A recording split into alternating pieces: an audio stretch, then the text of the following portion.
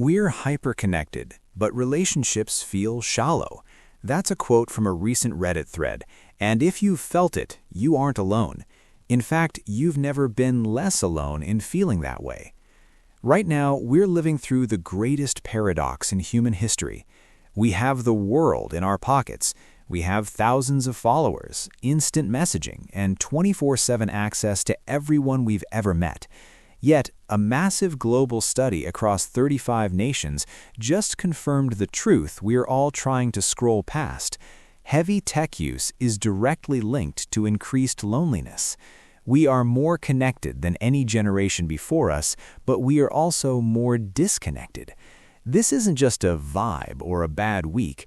It's a biological and psychological shift that is changing how our brains work and how long we live. Why does having 1,000 friends online leave us feeling like we have zero in real life? Why does a chatbot feel easier to talk to than a neighbor? Today, we're diving into the hyperconnectivity paradox.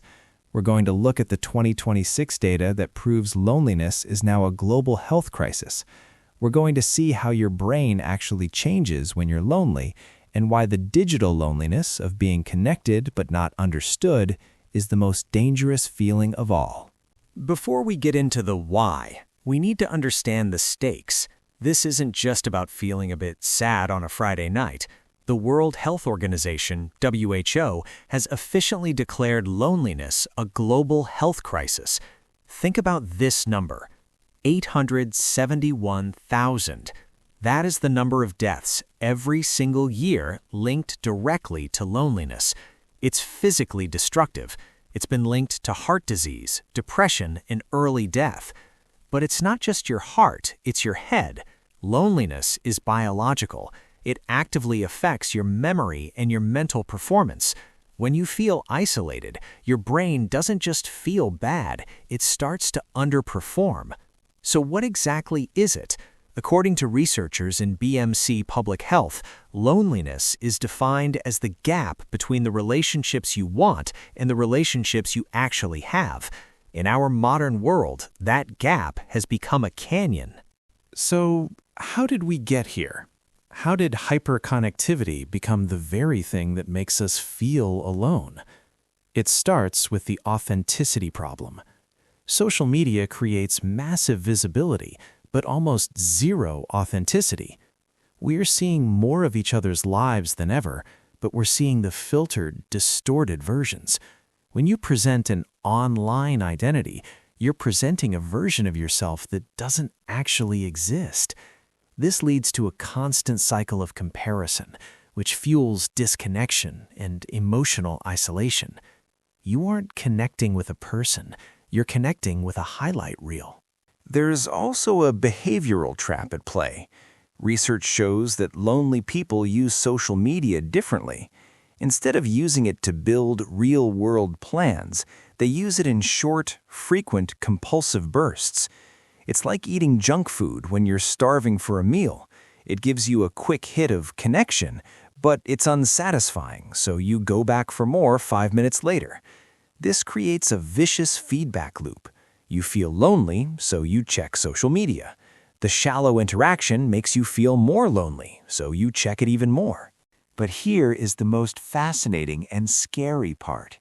Your brain actually starts to process the world differently when you're lonely. Studies show that lonely people have less shared understanding with others. The brain's social processing systems begin to drift.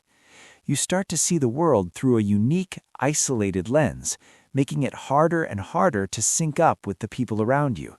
It's a self-fulfilling prophecy. The lonelier you get, the harder your brain makes it to connect. This brings us to a concept called digital loneliness. It's the feeling of being connected but not understood.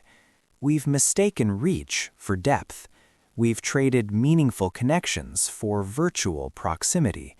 We might be visible to thousands of people online, but if none of those people actually know who we are or offer real support, the psychological distress remains the same. And now we're adding a modern twist, AI. More people are turning to chatbots for companionship. But the data shows that heavy chatbot users tend to be more lonely and emotionally dependent. We are trying to replace real, messy human connection with an artificial version that can't actually understand us. It's a placeholder that leaves the emotional core empty. Why does this matter right now? Because our environment is becoming lonely-genic. Modern cities are designed for efficiency, not community. We have less community interaction and more isolation built into our daily routines. We are living in lonely-genic environments that steer us towards digital screens instead of physical faces. But there is a simple biological countermeasure: nature. Research shows that being in nature reduces loneliness significantly. It pulls us out of the digital distortion and back into the physical world our brains evolved to thrive in. Loneliness isn't a personal failure. It's a systemic side effect of a world that prioritizes being connected over being understood. The data is clear. More time online does not equal more meaningful connection.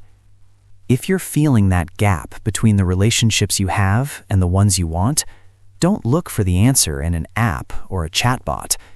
The cure for the hyperconnectivity paradox isn't more tech, it's more humanity.